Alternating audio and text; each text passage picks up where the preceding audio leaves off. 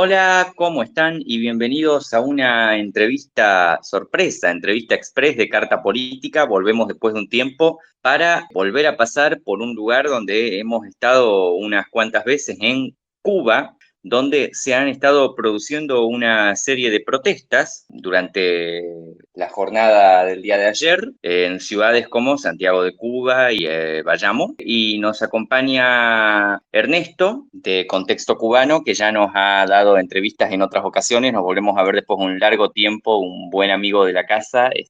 ¿Cómo estás, Ernesto? Bienvenido de vuelta a Carta Política. Hola Felipe, un placer estar aquí nuevamente, todo bien. Un placer tenerte con nosotros de nuevo y bueno, sin más preámbulos, ya que vos nos podrás explicar mucho mejor qué es lo que está ocurriendo, más bien en qué contexto se producen estas protestas en Cuba, una de las más grandes en el último año, tengo entendido, desde 2022. Sí, ayer hubo una serie de protestas, la mayoría concentradas en el oriente del país, y bueno, esto es el resultado de un largo proceso debido a décadas de el mal manejo del sistema eléctrico y energético del país. La mayor fuente de generación son termoeléctricas que tienen muchas más de 30 años, que no se les ha dado mantenimiento apropiado, etcétera. Y bueno, ahora todas empiezan a fallar a partir sobre todo de la pandemia. Ya se vio esto con el 11 de julio, que había un déficit de generación enorme, la gente sin luz muchas horas y bueno, hubo grandes protestas. Y vuelve ahora este año que en marzo empiezan a subir ya las temperaturas, las personas empiezan a consumir más energía y esto trae como consecuencia que tengan que quitar más la corriente para poder abastecer de vez en cuando a determinadas zonas. El ambiente del país ya estaba tenso en días anteriores, mucha gente creía que iba a pasar algo.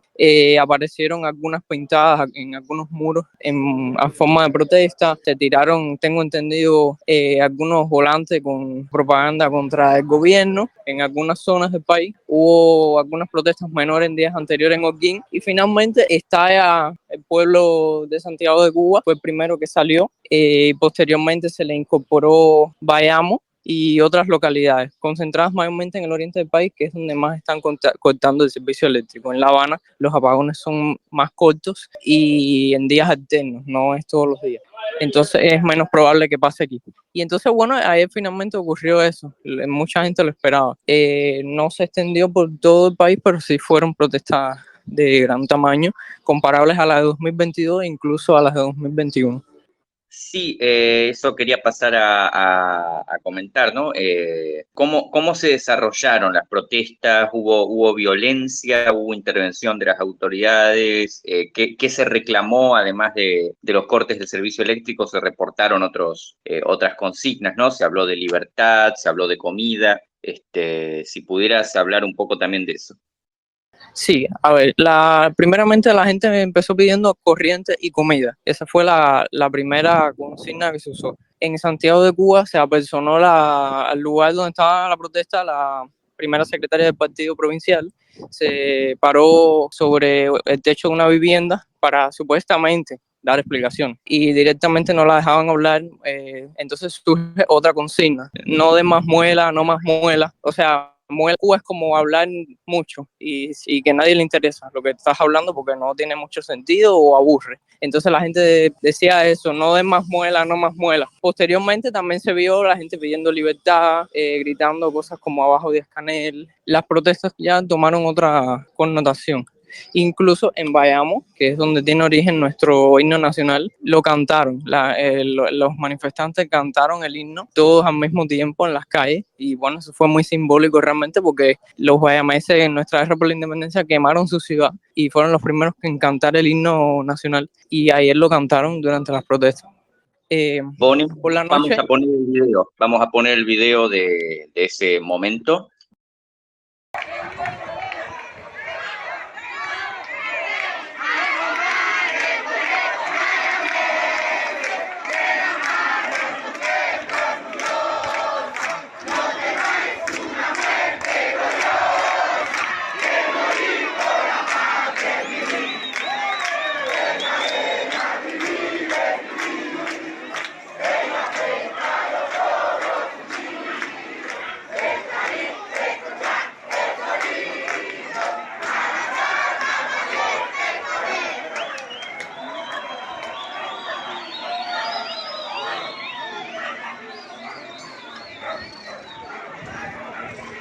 Por la noche, la primera secretaria del Partido de Santiago de Cuba no le fue suficiente con la vergüenza ajena que dio por la tarde y volvió a pararse sobre un techo con otros burócratas de otra vivienda ahora. En ese momento fue en otra y esa vez le gritaron que nadie los eligió. Al final la respuesta que quisieron darle al problema les ocasionó una peor imagen porque les gritaron directamente que nadie los eligió. También ella trató de aplacar la situación sacando videos en redes sociales prometiendo que la canasta de productos racionados iba a llegar con menos atraso, pero realmente 3 libras de arroz, 2 libras de azúcar y cosas así no solucionan el problema que tienen los cubanos. Entonces eso no aplacó a la gente. Cuando tienes 20 horas de apagones, 16 horas de apagones diarios, eso no te soluciona el problema si se te está echando a perder tu comida. Y bueno, hoy la ofensiva del gobierno que controla todos los medios de comunicación masiva en el país es simplemente hablar de los Estados Unidos y del bloqueo, de una ofensiva mediática supuestamente que no existe, porque los cubanos votaron con sus pies saliendo a las calles, ellos, nadie los obligó. Y no tienen más respuesta a eso que echarle la culpa a otra persona. Eso demuestra que están desprovistos de una respuesta real a la situación y que no tienen otra forma de atajar lo que está pasando que culpar a alguien más. Muchas gracias de verdad, Ernesto, por lo que nos decís. Sí, es cierto, la verdad es que la ofensiva mediática no sé muy bien dónde estuvo porque tengo reportes incluso de un amigo en Miami que me dijo que la cobertura en los medios del suceso había sido muy escueta. Es evidente que la protesta fue espontánea y tomó a los medios internacionales por sorpresa. Pero precisamente quería hablar de eso, de la respuesta del gobierno. ¿Hubo represión? Sí, sí.